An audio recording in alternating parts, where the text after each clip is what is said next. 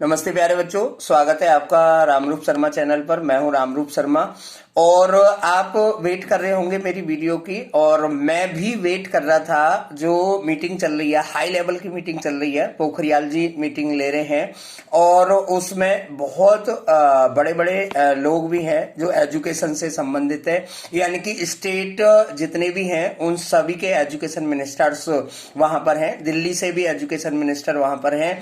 और ये जो मीटिंग है वो 12th क्लास के एग्जाम, आईआईटी का एग्जाम, जेई नीट के बचे हुए 2 एग्जाम और नीट का जो एग्जाम है उन सब के बारे में डिसीजन होना है।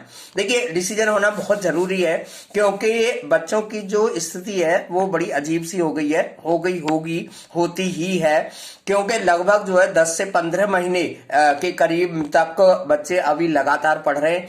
टारगेट एक हट गया है ना, और जो थोड़ा सा डिस्ट्रक्शन इस तरीके से बच्चों में आ जाता है क्योंकि बच्चों की जो पढ़ाई का लेवल है और शेड्यूल है और जो टाइम टेबल है वो तभी तक बढ़िया चलता है जब तक वो एक रिदम में हो।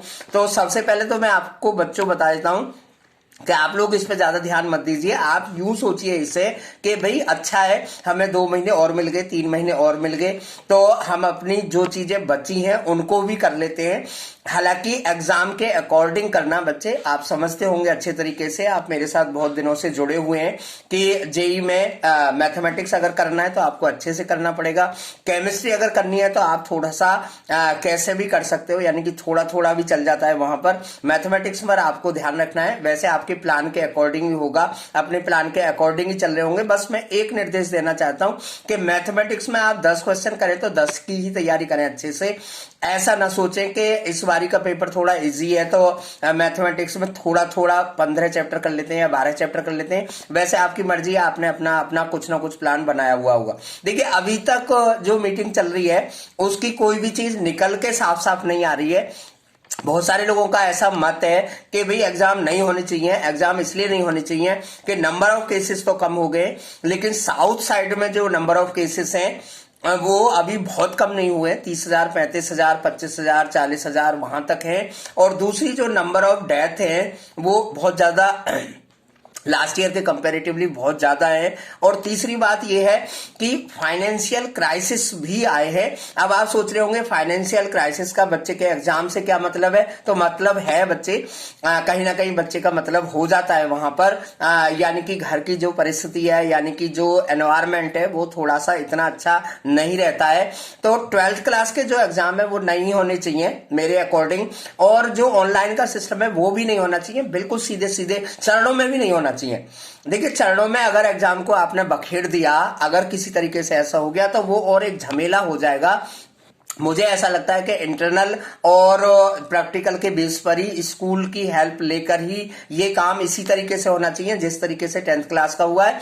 और फिर एक ऑप्शन बच्चों के लिए रखा जाना चाहिए 10th क्लास की तरह कि जब भी कंडीशन सही होगी तो अगर आप एग्जाम देना चाहें, 1, 2, 3, 4 या सारे एग्जाम देना चाहें तो आप जरूर दे सकते हैं। और जो कॉलेज या दूसरी चीजों के एडमिशन है वहां पर एक छोटा सा कॉम्पिटिटिव लेवल हो जाना चाहिए, यानी कि एंट्रेंस हो जाना चाहिए, उसके बेस पे हो जाना चाहिए। और उसका रीजन मैं बता रहा हूं कि black fungus, white fungus, number of death, financial crisis, बच्चे की मानसिक स्थिति, इन सब से जो 12th का सिस्टम है वो पूरी तरीके से बिगड़ गया है। हाँ, जो जेई मेन का एग्जाम है या नीट का जो एग्जाम है या जो आईआईटी का जो एग्जाम है वो जरूर होना चाहिए, होगा ही ऑब्वियसली, लेकिन वो पोस्टपोन्ड हो सकता है। और वहां पर बच्चे थोड़े से अलग माइंडसेट के होते हैं तो वो करेंगे ही करेंगे।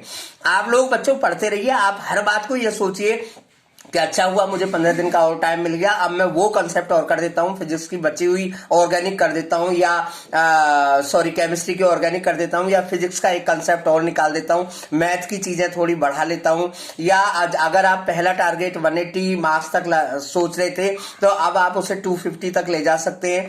और अगर 250 तक सोच रहे थे तो आप और ज्यादा कर सकते हैं। ज्यादा चिंता ना करें। देखिए, मैं आपको एक ही बात कहना चाहता हूँ कि जेई के लेवल की मेहनत करें, आईआईटी के लेवल की मेहनत करें, करें, नीट के लेवल की मेहनत करें। कितने मार्क्स आएंगे अभी उस पर आप बिल्कुल ज्यादा ना सोचें, वो अपने आप आएंगे। आप मेहनत करते रहिए, आपकी मेहनत का फल 100% मिलेगा, कहीं ना कहीं जरूर मिलेगा। और अगर एक जगह आपके मार्क्स नहीं आते तो दूसरी जगह आपको इसका और भी बड़ा बेनिफिट होगा।